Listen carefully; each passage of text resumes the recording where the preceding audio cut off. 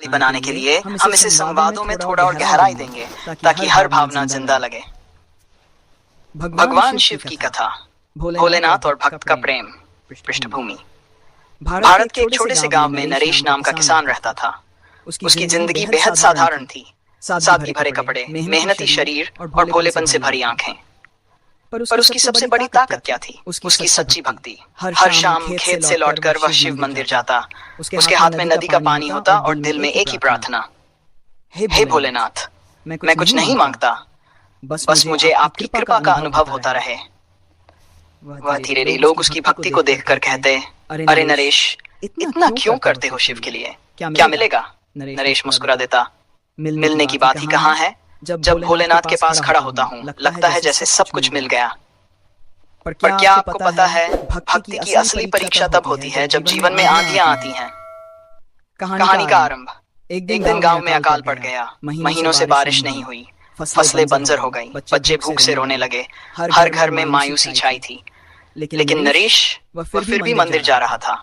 उस दिन उसने शिवलिंग पर पानी चढ़ाया और फूट फूट कर रोने लगा, भोलेनाथ, ये क्या हो रहा है?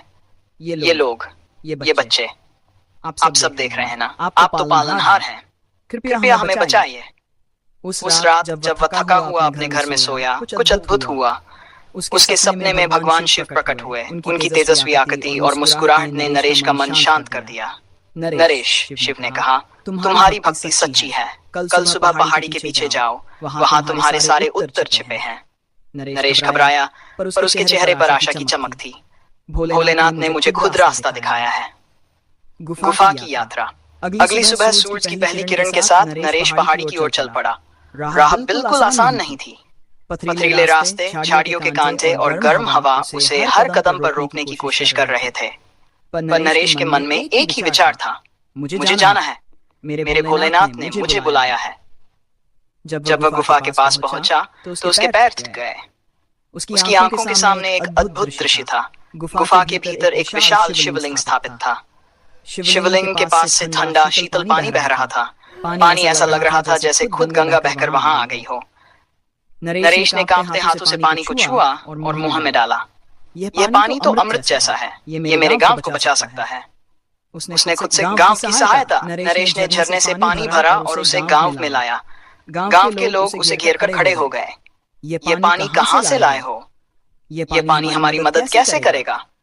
नरेश ने शांत स्वर में कहा, यह शिव का प्रसाद है, इसे अपने खेतों में डालो, देखना सब कुछ बदल जाएगा। गांव वालों ने हिचकते हुए पानी को अपने खेतों में डाला और फिर जैसे चमत्कार हो गया। सूखी हुई फसलें फिर से हरी भरी हो गई। खेतों में हरियाली लौट आई। गांव के लोग भागकर नरेश के पास आए। तुम सच में शिव के प्रिय हो नरेश, ये पानी चमत्कारी है। लेकिन हर जगह ईर्ष्या करने वाले होते हैं। गांव के मुखिया को यह बात रास नहीं आई। उसने नरेश को चिढ़ाते हुए कहा, अगर तुम्हारे भगवान शिव इतने ही सच्चे हैं तो उन्हें यहाँ बुलाओ, हमें उनके दर्शन चाहिए। नरेश शांत था। भोलेनाथ को बुलाना मेरे वश में नहीं, लेकिन अगर आप सच्चे दिल से उन्हें पुकारेंगे तो वे अवश्य आएंगे, उसने विनम्रता से कहा। मुखिया हंसने लगा। देखते हैं तुम्हारे भगवान तुम्हारी मदद कैसे करते हैं। भगवान शिव का प्रकट होना। उस रात गांव के मंदिर के पास गड़गड़ाहट हुई। बिजली की चमक से पूरा गांव जग गया। लोग डरकर अपने घरों से बाहर निकले और तभी मंदिर के पास तेज प्रकाश हुआ। प्रकाश इतना तेज था कि लोग अपनी आंखें बंद करने लगे। जब उन्होंने फिर से आंखें खोली तो देखा भगवान शिव स्वयं खड़े थे। उनकी जटाओं से गंगा बह रही थी। त्रिशूल उनके हाथ में था और तीसरी आंख से प्रकाश निकल रहा था। भगवान शिव की गर्जना पूरे गांव में गूंजी। नरेश की भक्ति ने मुझे यहाँ आने पर विवश कर दिया। जो सच्चे मन से मेरा नाम लेता है, मैं उसकी सहायता करता हूँ। गांव का मुखिया कांप उठा। उसने शिव के चरणों में गिरकर माफी मांगी। भोलेनाथ, मैं गलती पर था, मुझे क्षमा करें। भगवान शिव मुस्कुराए।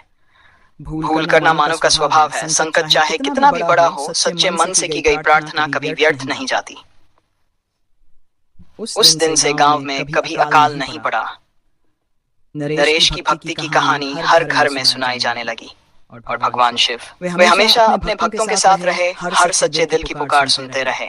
भोलेनाथ की जय।